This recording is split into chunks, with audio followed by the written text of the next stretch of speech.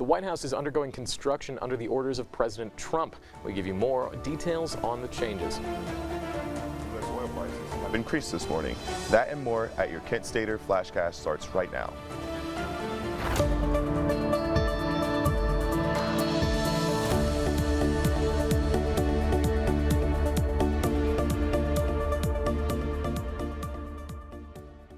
Welcome to your Thursday Flashcast.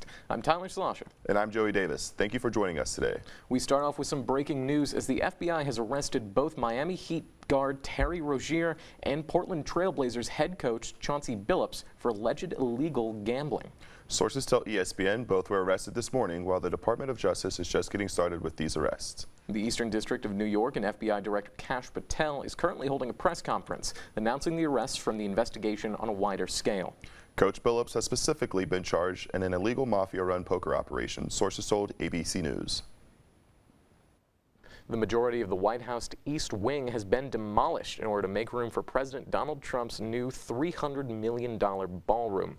According to several sources, including the president himself, this was done at his sole discretion without approval from any outside agencies, such as preservation groups or federal construction oversight committees. The East Wing has been the home and office of the First Lady for decades. Trump cited a conversation with a builder who allegedly said, quote, "This is the White House and you're the President of the United States. You can do anything you want."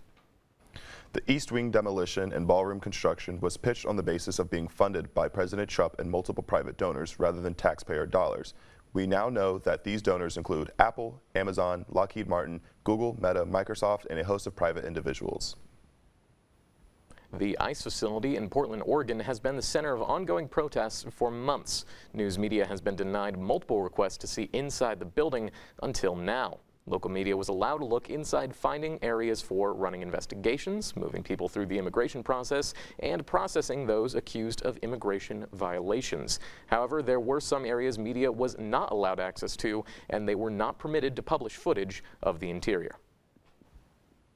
Coming back home, a 20-year-old Ravenna man is being held on stolen weapon charges after an incident at the No Kings rally. Bryce Sotobosch was waving a pro-Trump flag in defiance of protesters when a woman grabbed the flag.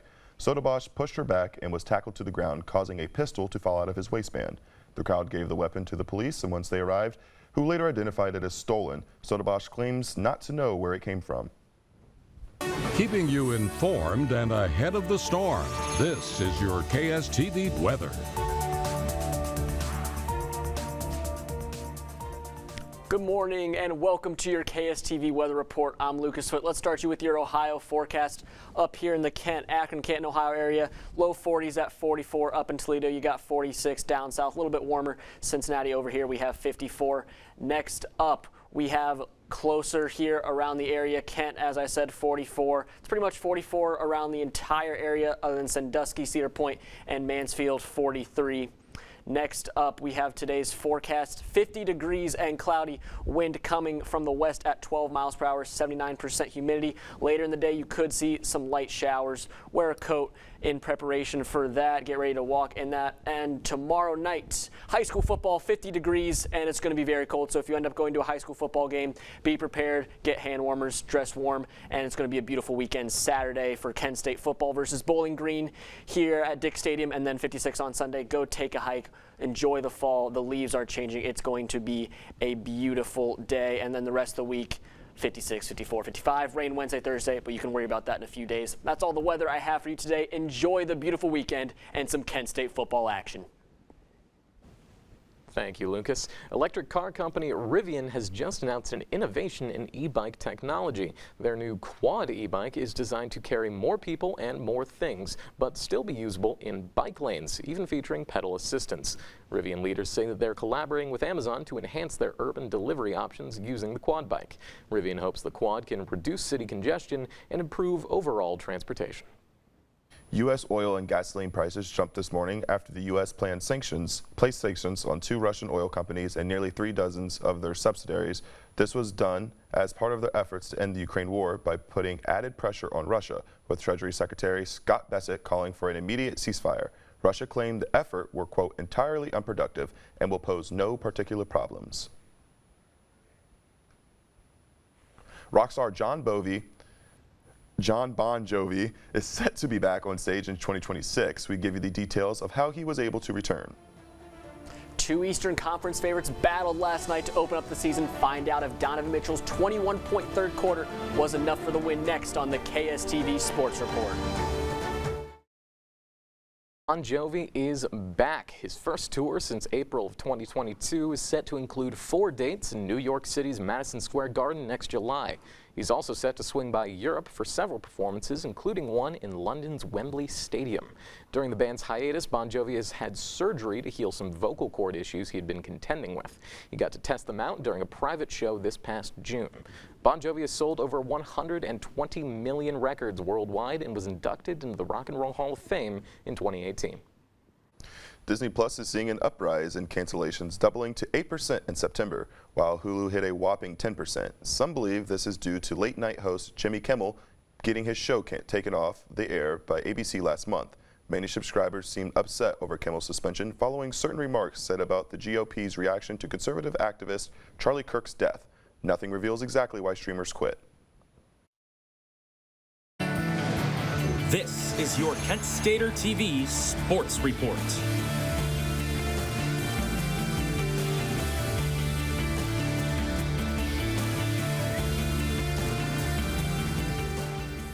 Back in action, and the MAC soccer tournament is coming up. So let's start on campus. First with the volleyball team. Tonight, the volleyball team will host the Central Michigan Chippewas. And it begins the second half of their MAC volleyball schedule with a 2-game series versus the Chips tonight. The Flashes are in the midst of their most successful blocking season ever, led by Adeline Ginley, who ranks 6th in the conference in blocks per set.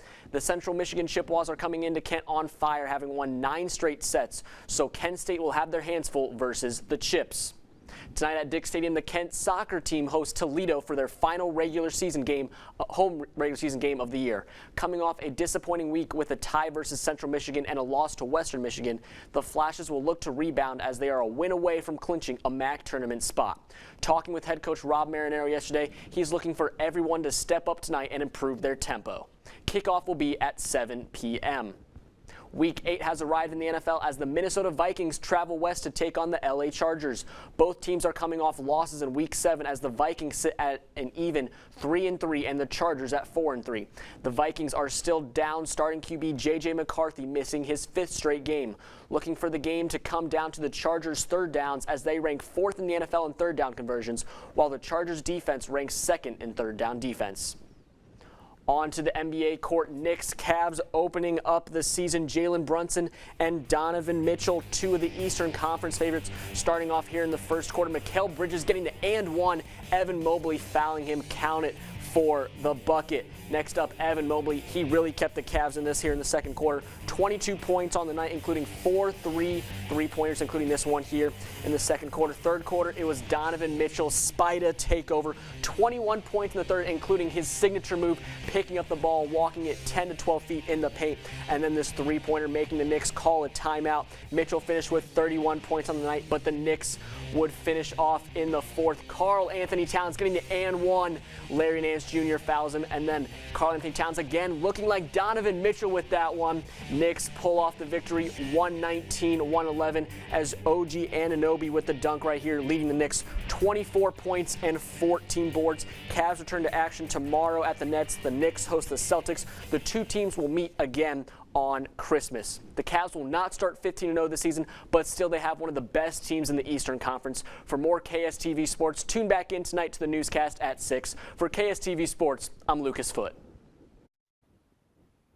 A Southern California family is welcoming some rather unusual visitors to their yard. It's another family of bears. CDFW says they've been tracking this mama bear, known to them as Yellow 2291, since she was found roaming Claremont last May. Despite being relocated to the Angeles National Forest several times, she always manages to beat the odds, somehow crossing freeways and many miles to make it back to the Santa Monica Mountains. It's where, in March of this year, experts say she welcomed her 3 bundles of joy. And in the basketball world, Michael Jordan recently said in an interview with ABC that he really hasn't touched the basketball for a while. Jordan said he now has more time with his loved ones and is in no mood to really shoot hoops anymore. The last time he played, he was more nervous than ever. He misses the game a lot, but especially misses the competition. Well, I'd say my goat is washed, but like he gracefully retired, and can you really fault a man for that? Not at all. Not at all. I don't think there's a better way that you can go about it. I mean, what do you want to be, an old man shooting hoops until your back goes out, or do you want to be retire at the peak of your career? And I think it said like the last time he shot a ball was 3 years ago. I mean, that's dedication to preserving your brand, from what I can tell. Exactly. You know? Preserving the brand and more life to live and experiencing it. I get you. Well, sadly, that is all the time that we have for this morning, and it'll have to wrap up our Thursday Flashcast. For more from us, check out the Kent Stater TV to get your latest news. I'm Joey Davis. And I'm Tyler Schlosser. Have a great day, Portage County.